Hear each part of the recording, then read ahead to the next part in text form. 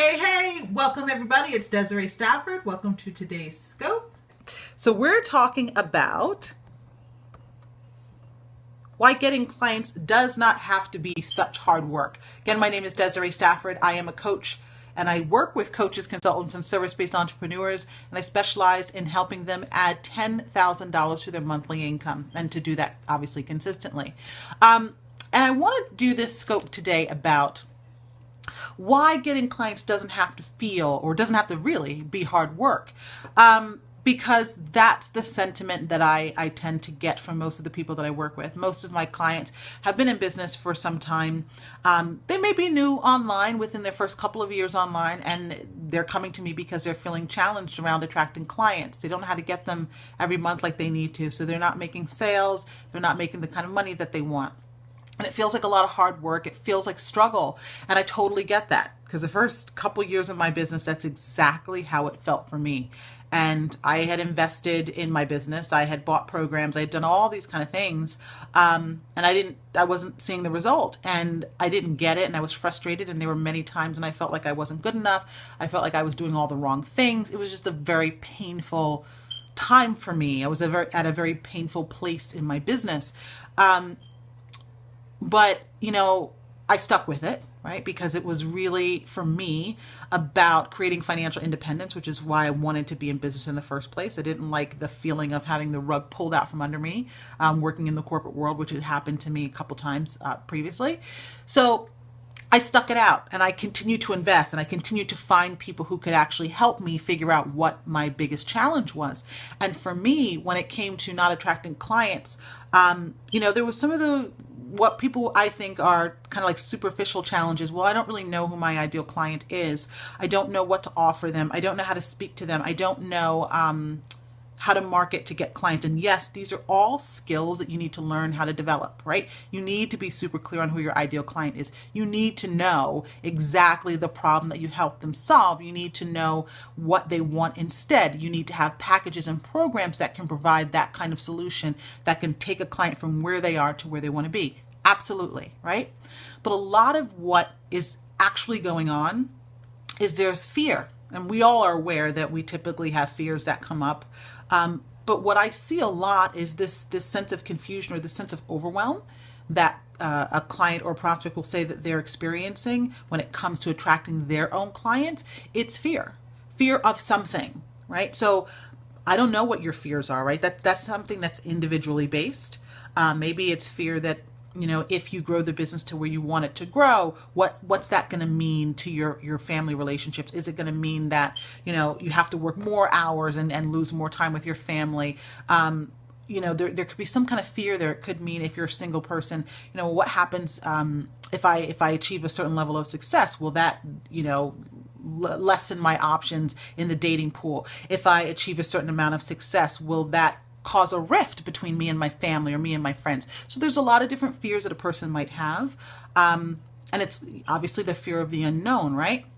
But the reason I bring that up is because there's so many people who make attracting clients much harder than it needs to be. And I believe a lot of that is rooted in fear. There's also people who make attracting clients harder because they have a need to struggle. I personally had a need to struggle. I had this belief, a non-supportive belief, that in order to be successful, I had to work hard. And if it came too easy, there was no value in it. And so I would continue to work and work and work and struggle and struggle and struggle, and almost like break something that was working, just so that I could prove that I was working hard in order to get what I wanted. It was almost a way of proving my sense of value and worth. So you need to figure out for yourself why it seems challenging to attract clients, because I'm going to tell you right now what you can do to start getting clients right away. And it's so simple that if you're not doing this, you need to do some internal work to figure out what is it that's actually blocking you. What is it that's causing the resistance? Okay. So the first way that you can go and attract clients is by using what I like to call your power base. So Once you're clear on who your ideal clients are, you know exactly what you have to offer them, you know what that price point is, what that package or that container looks like that's going to help them get the result that they want instead, go to your power base. These are people already in your community who know, like, and trust you. So they might be clients that you've worked with in the past. They might be clients that you're currently working with. They might be prospects who said they were interested in working with you, but they didn't sign on for whatever reason. They could be friends, families, colleagues, whatever, people who already know you and could either become a potential client or refer you to a potential client. So that's the first place that I would send you to go.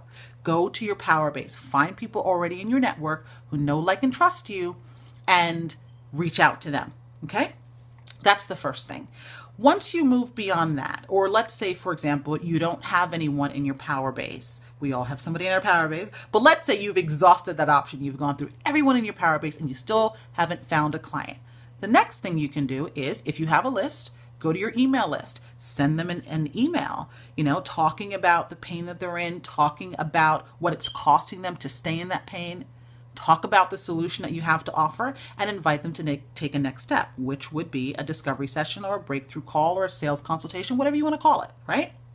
So that's what you can do if you have a list. If you don't have a list, go to your social media community. So maybe you're in a couple groups that you're posting in right now. Maybe you have a Facebook profile that you're active on. Maybe you're on LinkedIn, Twitter, whatever. Whatever that platform is, you do the same thing that you would do in an email to your list. You want to talk about the problem that you know your ideal client is in. You want to talk about what it's costing them to stay where they are. And then you want to talk about what solution you have and offer them to take a next step, which would be getting on the call with you, right? So that's what it takes to attract clients. As you grow your business, as you have some stability and you have some cash coming in on a regular basis, then I would say that you can scale up and you can start using list building activities where you're using webinars. Hey, how are you? We're using webinars to attract clients. Maybe you're putting out PDF reports and all that kind of stuff. Can you do that now? Yes. Is it the fastest way to get clients? No. So I would go to your power base first, or go to your social media network where people already know, like, and trust you, and just go to the source, right? You want to put something out there that lets people know that you understand their pain better than they do. Because when you can articulate the pain that a person is in, when you can articulate the pain that a person is in and you can do it better than they can do it, they automatically assume that you have the answer. So that's the best way to kind of call people and draw them into you, right? Also talk about what it's costing them to stay where they are, because what's the point of talking about the pain that someone's in if they don't really understand what it means to stay where they are and not do something about it?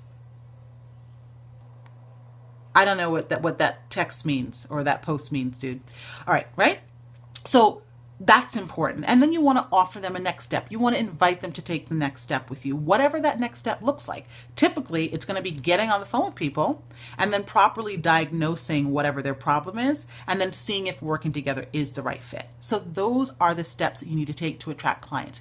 If you're struggling, if you've already tried those steps and you're still struggling, then there's some internal work that you need to do. There's some level of clarity that you need to get around what is that fear that is stopping you from doing what you know you need to do in order to get clients. Cool? All right. So I hope today's scope has been valuable to you. You've gotten something out of it. And if you still want to learn how to attract more clients, go ahead and sign up for my free training at DesireeStafford.com/clients this week. Again, it's DesireeStafford.com/clients this week, because there I'm going to show you how to attract 2 clients this week. So if you want to move beyond what we talked about in this training, you want to go a little bit deeper, sign up for my webinar and I can show you how to do that. Cool? All right. And until we speak again, I hope you're up to big, bold things in your life and in your business. And I really hope that you're stepping up and being the woman you know you're meant to be. Cool? I'll see you again tomorrow. Same time, same place. Take care.